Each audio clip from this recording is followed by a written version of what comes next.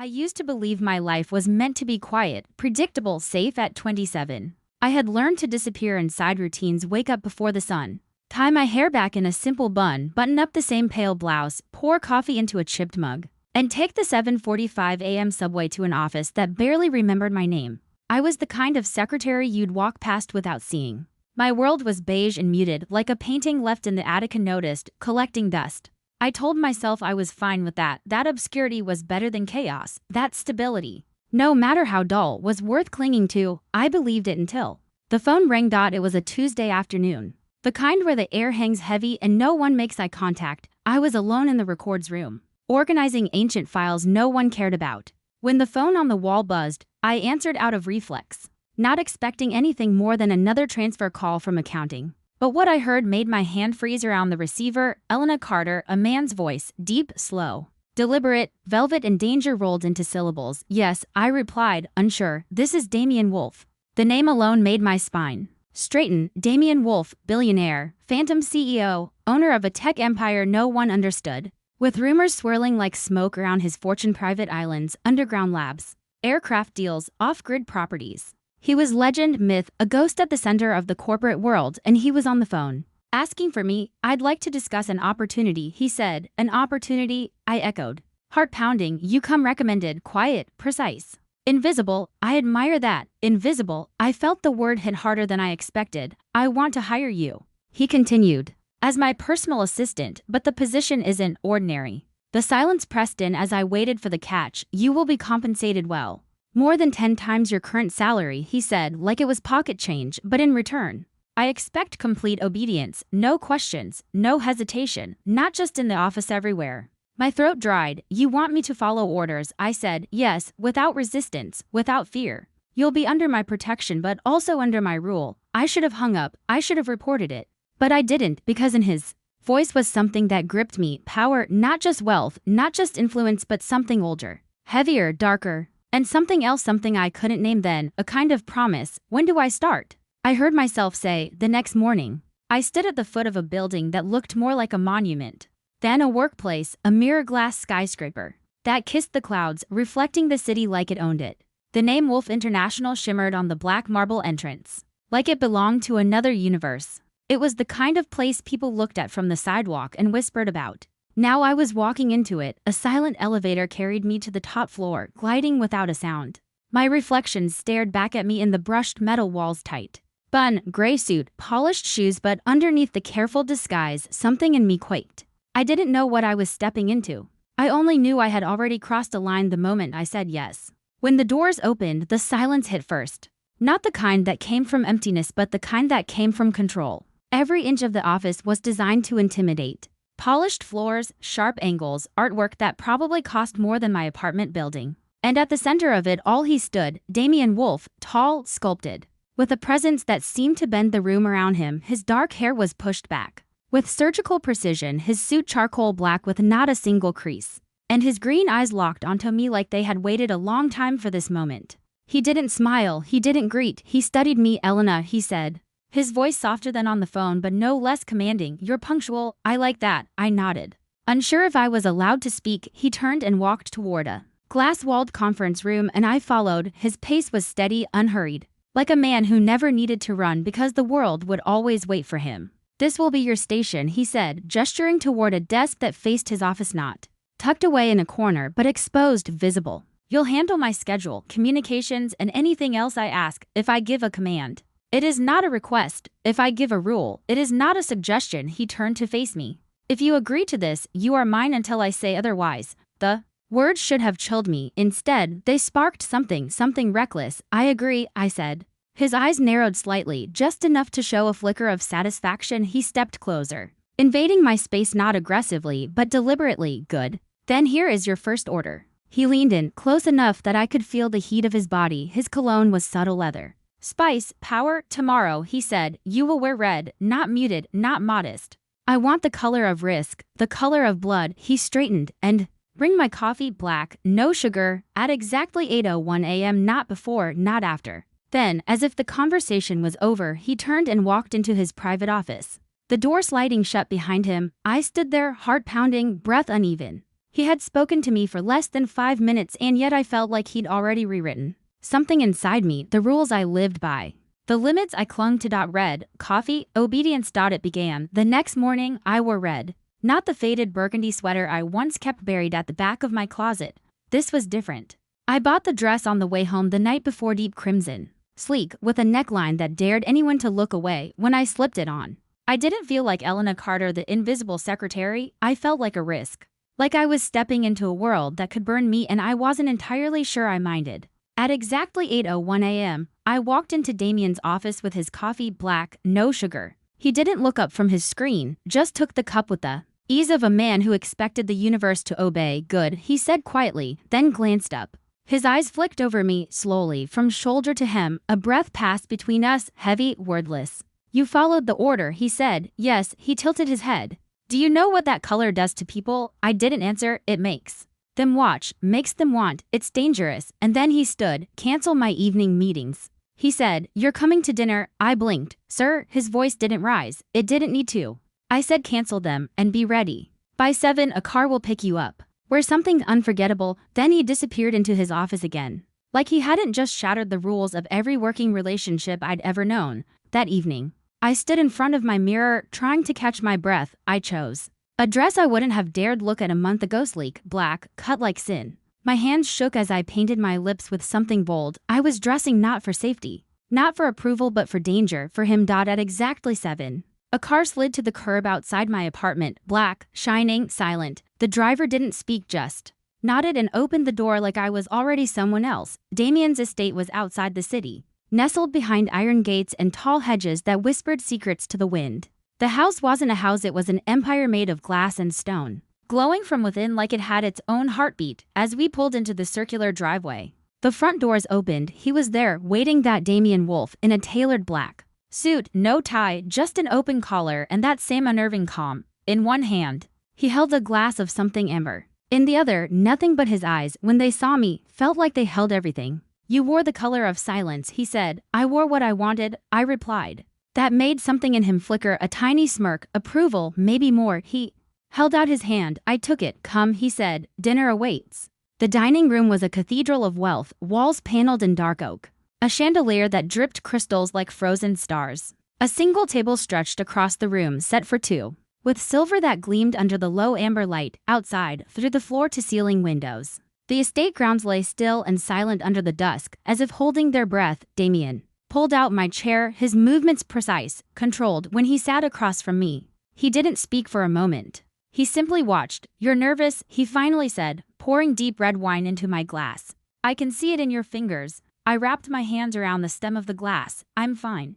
Lying already, I drank instead of answering, letting the wine burn away the edge of my voice. Dinner was served by silent staff dishes that looked like art, courses that melted on the tongue, but I barely tasted them. Every word he spoke, every glance he gave, was laced with something beneath the surface. Something unspoken, but alive. This isn't just dinner, I said quietly. No, Damien replied. It's a test. Of what? Obedience, curiosity, restraint. He leaned forward, elbows on the table. Desire. The word struck me like a match. I didn't speak. I didn't breathe. There are rules in my world, Elena, he continued, but they're mine. Not the ones you grew up with, not the ones you used to protect yourself. And if I break one? His smile curved like a blade. You won't. You'll crave them too much.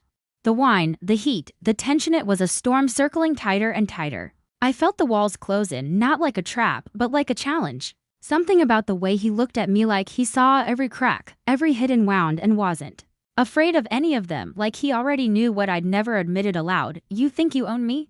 I asked, my voice low, sharp around the edges. I think, he said, rising from his seat. You haven't realized yet how badly you want to be owned. He circled the table slowly, deliberately, stopping behind me. I felt his breath at the back of my neck. This dinner isn't about food, he whispered. It's about choice, yours. He stepped in front of me and extended his hand. Come, he said again, and I did. Because it wasn't just the thrill. It wasn't just the danger, it was the pull. The hunger I'd buried for years, now rising like a tide I couldn't stop. The following night, the city transformed into something surreal. Gleaming towers flickered like candles in a dark cathedral, and a hush fell over the streets near the riverfront where Wolf's Gala was set to take place. The venue was a repurposed opera house, its towering pillars now wrapped in velvet and gold, its steps lined with flashbulbs and black cars that whispered secrets with their engines. I stood at the top of the stairs, Damien's hand resting lightly against the small of my back. I wore the emerald dress he had sent earlier that day, floor length, slit high, dangerously low at the back.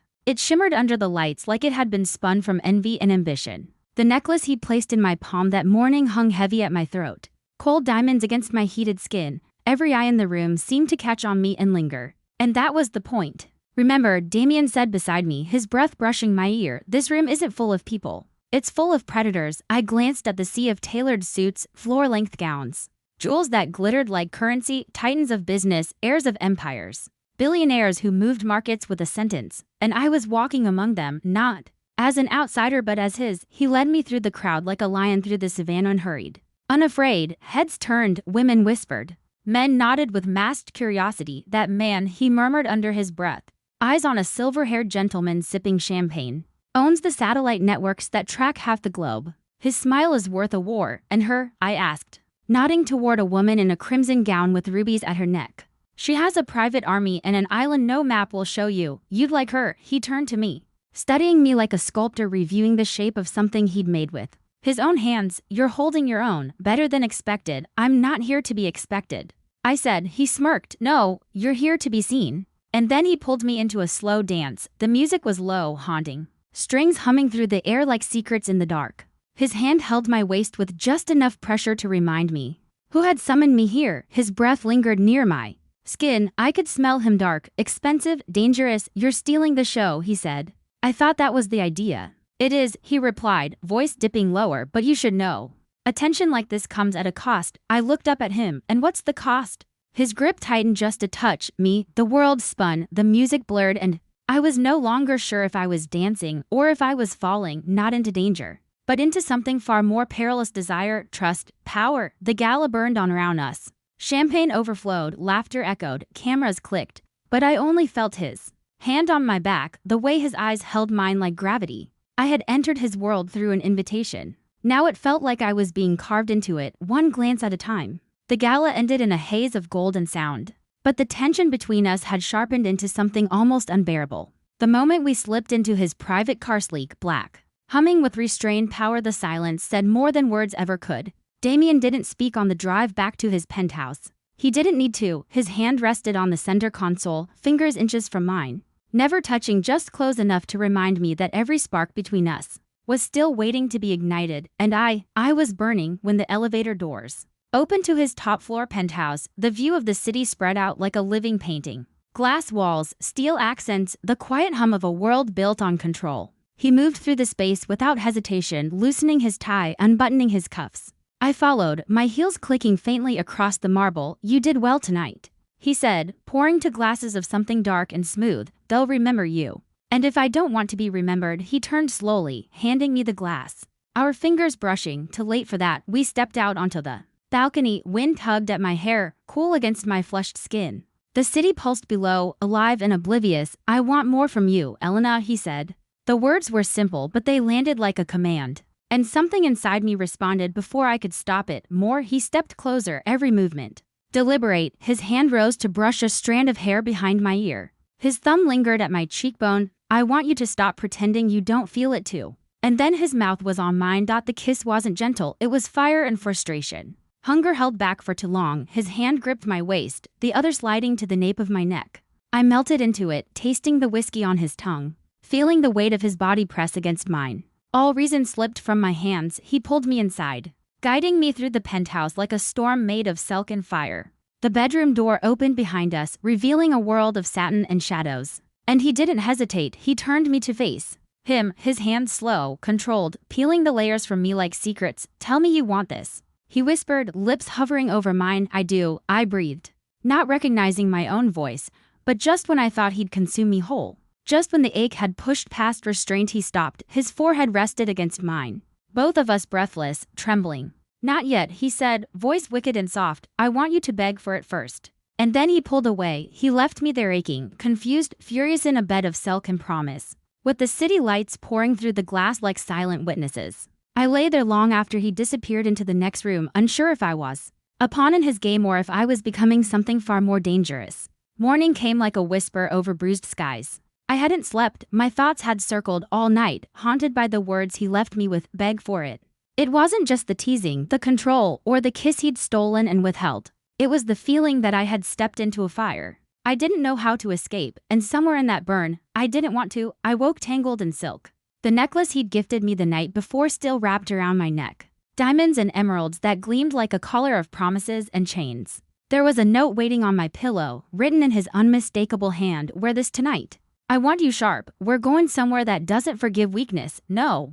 Signature, just the instructions, that was his style control wrapped in velvet, that evening. Another car arrived, this one was a shade darker, more discreet. I slid into it wearing a black satin dress that clung like a secret, and the necklace his mark around my throat. When we pulled up outside a restored mansion near the harbor, I realized where we were, the auction. It wasn't just an art event. This was where the elite bid on more than paintings. This was where ownership, legacy, and dominance changed hands. Over champagne and sharp smiles, he was waiting outside in a tailored charcoal suit, no tie. Just power wrapped around him like armor. His eyes roamed over me when I stepped out, and then he gave a small nod of approval. Of possession, you're late, he murmured, holding the door for me. I wasn't aware I was timed. You always are, Elena. Inside, the mansion was humming, chandeliers sparked like fire over glass sculptures and oil paintings. Waiters in white gloves floated between clusters of whispered conversations and clinking crystal. Everyone there knew who Damien Wolf was, and no one dared approach him without his silent invitation.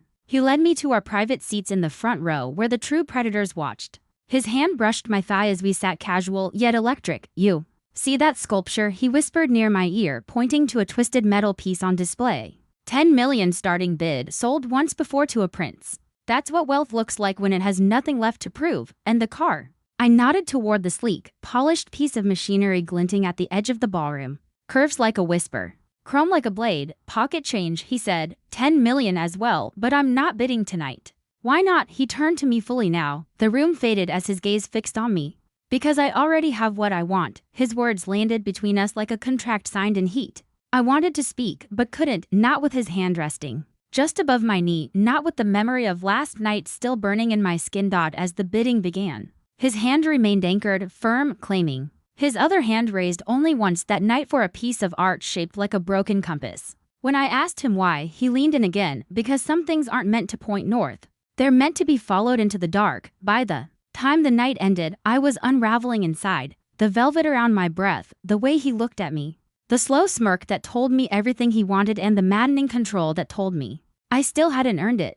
As we stepped back into the car, he didn't ask if I enjoyed the evening. He didn't have to. Before the door shut, he leaned over, his voice low and slow. Tomorrow, we finish what we started. Then the door closed and I was alone again, except I wasn't. His promise lingered in my skin, his words echoing down my spine. And I knew tomorrow would not be the end. It would be the beginning. The next day didn't feel real. Time bent, my hands trembled, every sound in the office felt louder, sharper, like the world was waiting to see if I would break.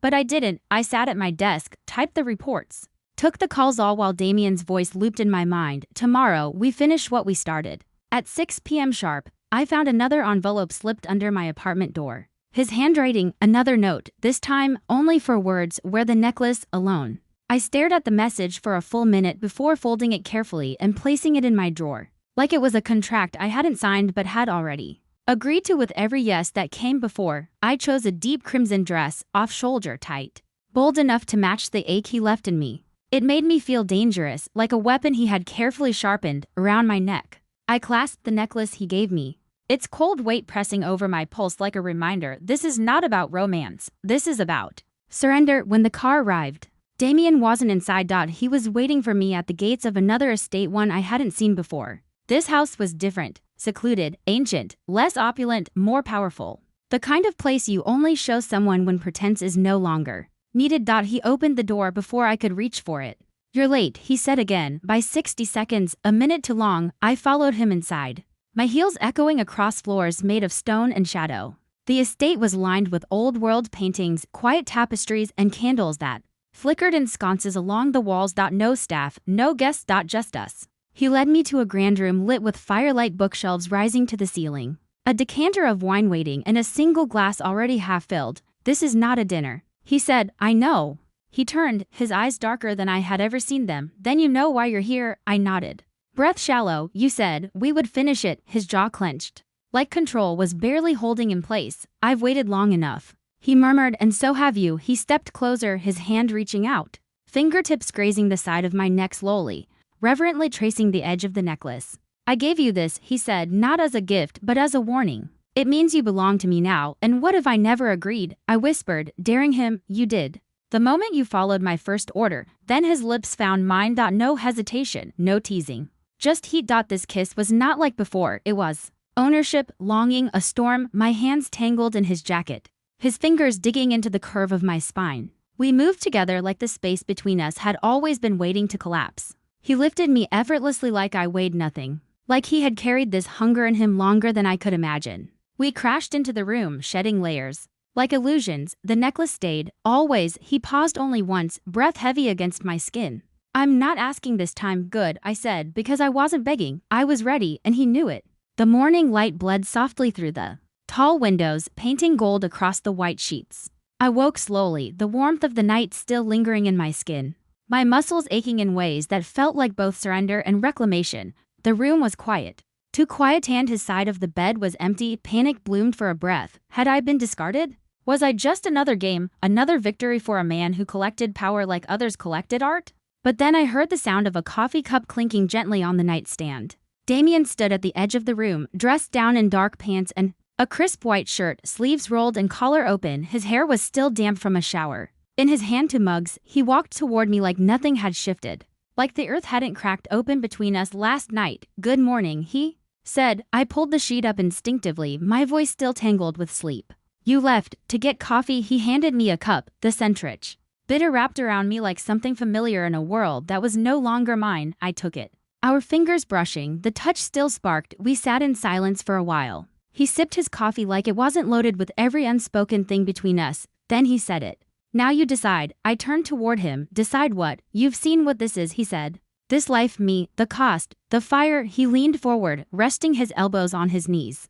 Gaze locked onto mine. You can go back to your old life, that job, that tiny apartment, the safety of being unseen, or you can stay in this world with me. And if I stay, he didn't flinch, then you're not just mine in the shadows. You're mine in the light. My heart pounded not from fear but from the weight of the offer. Because I knew what it meant. It wasn't a fairy tale. It wasn't love, wrapped in promises and roses. This was raw, unforgiving, a world of power and precision, where every glance meant something and every touch demanded everything. I don't know if I can keep up, I said quietly. He moved closer, hand reaching for mine, warm and steady. You don't have to, he murmured. You just have to walk beside me. I'll do the rest. I stared at him, this man of silence and storms, restraint and hunger, and for the first time, I realized something. He hadn't changed me, he had unwrapped me, and I didn't want to go back. I'm yours, I whispered, voice shaking from truth, not fear. His smile came slow, steady, and sure. Say it again. I'm yours. And this time, I felt it settle deep in my chest, unchangeable, unshakable. He kissed me then.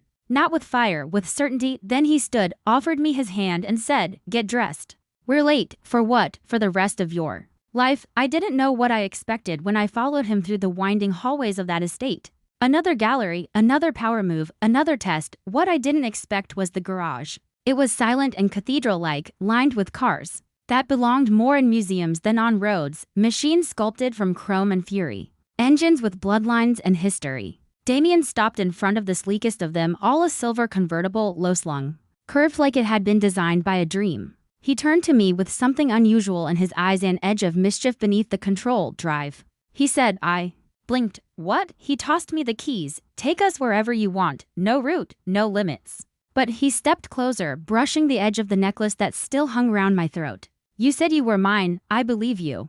But now, I want to see who you are when you're not following orders. My fingers closed around the keys, cold and unfamiliar. I slid into the driver's seat.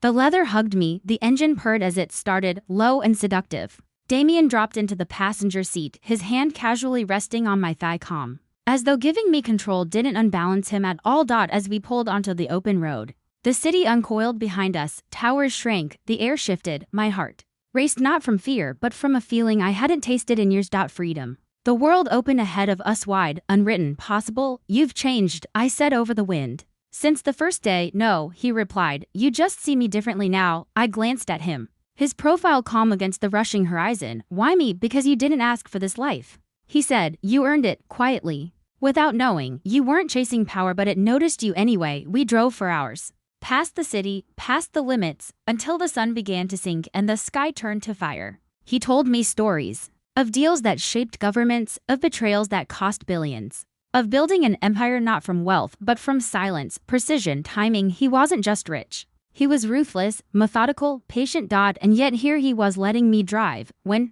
we finally pulled over at the edge of a quiet overlook, the city twinkled far below like a constellation made of ambition. I killed the engine. The silence settled like velvet. He turned toward me, brushing a wind-blown strand from my face. Do you regret it? He asked. Not 1 second, I said.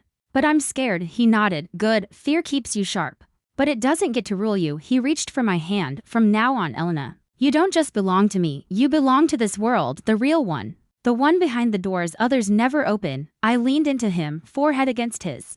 Then teach me. I will, he said, but not as my assistant, not even as my lover. Then what? He smiled, the kind of smile that breaks walls and seals fate, as my equal. And just like that, the girl who used to hide in beige offices, who used to measure her worth by how invisible she could be, vanished in the rearview mirror. In her place sat a woman draped in risk and diamonds, her fingers on the wheel of a world few dared to touch. I was no longer just his, I was part of him. And the empire we would build from that was just beginning.